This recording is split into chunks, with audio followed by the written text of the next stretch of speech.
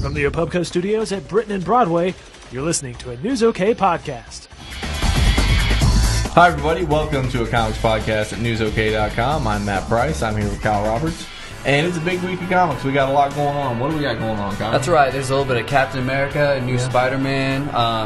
We are actually going to be talking about some DC, some Final Crisis, 1985, and new Uncany X-men. That's right, yeah, just to quickly tell you, Captain America is part 5 of The Man Who Stole Tomorrow, and it is really getting going. It's one of the best Marvel comics. You've got Amazing Spider-Man kicking off a new storyline in New Ways to Die that looks like it's going to reintroduce some Venom to the Spider-Man universe.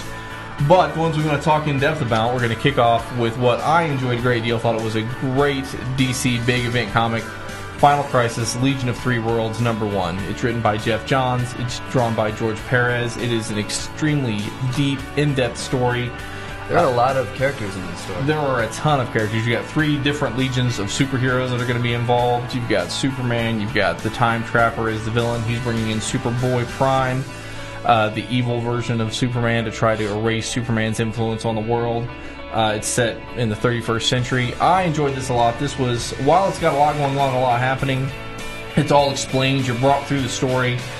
In the future, there's this Superman museum, and this futuristic Jimmy Olsen hologram kind of leads you through what's happening so that you have some idea. So even if you don't know anything about the characters, it takes you through in such a way that you'll enjoy it. I enjoyed this a lot. I think this is what I think a big event comic should be. So great work from these 2 creators.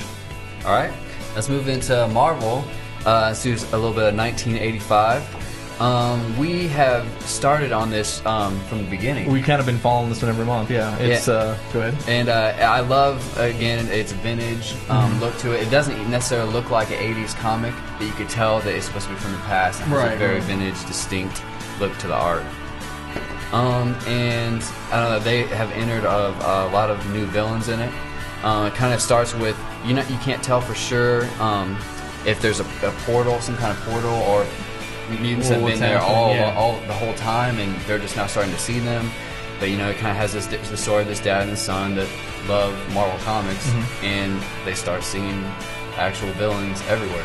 Right. This is Mark Miller, Tommy Lee Edwards. Mark Miller, from Civil War. He's writing Wolverine right now, and I always think he's got great splashy beginnings. He's always good at having a hook and a great beginning. We're getting into the point of the series where will he be able to finish it off? It's part 4 out of 6. Sometimes I think he gets a little faltery on the endings.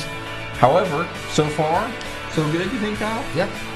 And I'll have to introduce a little bit of a spoiler alert. Spoiler warning, everybody. If you don't want to hear Kyle's spoiler, which he's very interested in, just turn down your monitor and we'll wave at you when it's time to talk. Anyway, Kyle, give your spoiler. I kind of called this from the very beginning. I said it was kind of like a Chronicles of Narnia or something like that, to where there is a portal. You can't really tell from the first ones that, maybe how it's happening. Yeah, maybe they've been there the whole time and we just haven't known, about these heroes that we just thought they were in comics. But at the end of it, he kind of goes down to the basement of this house that they've been kind of spying on, and sees this portal into the comic world. All right, so Kyle would like it to be known that he called it. Okay, those of you guys who turned down go ahead and turn it back up now. We're going to talk about Uncany X-Men. Ed Brubaker, Matt Fraction, Greg Land. The new team started off with Uncanny 500 last month, and they started a new storyline this month with 501. I think this is kind of, they're harking back to the glory days of the X-Men, the hated and feared mutants of Claremont Kills. Of Claremont's run. Yeah, Kyle mentioned earlier it kind of had a God Loves Man Kills vibe to it, and I agree, it does. They're being, there's humans that hate and fear these guys. They've moved to San Francisco is what's happened. Pixie, one of the new X-Men, who's kind of filling that Kitty Pryde role, our viewpoint character into the X-Men, gets attacked in Oakland by this band of young toughs who are mutant haters.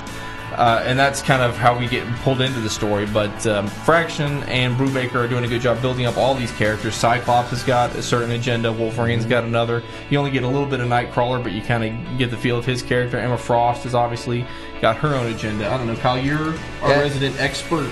It's pretty much the 80s team, but without Kitty, like you were saying.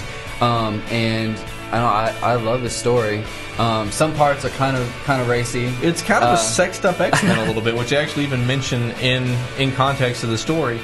Some of that's got to be because you've got Greg Land drawing it, who does sort of this photorealistic art, which is based in a lot of ways on kind of model photo shoots and things like that. So it's going to look kind of sexed up anyway. And I think it may be there's a story reason for it as well. I think you're going to see maybe some of that play into the story. So I don't think it's gratuitous. And I think if you read the Claremont X-Men, especially in the Claremont Byrne era, that stuff was a little more sexed up than comics at the time.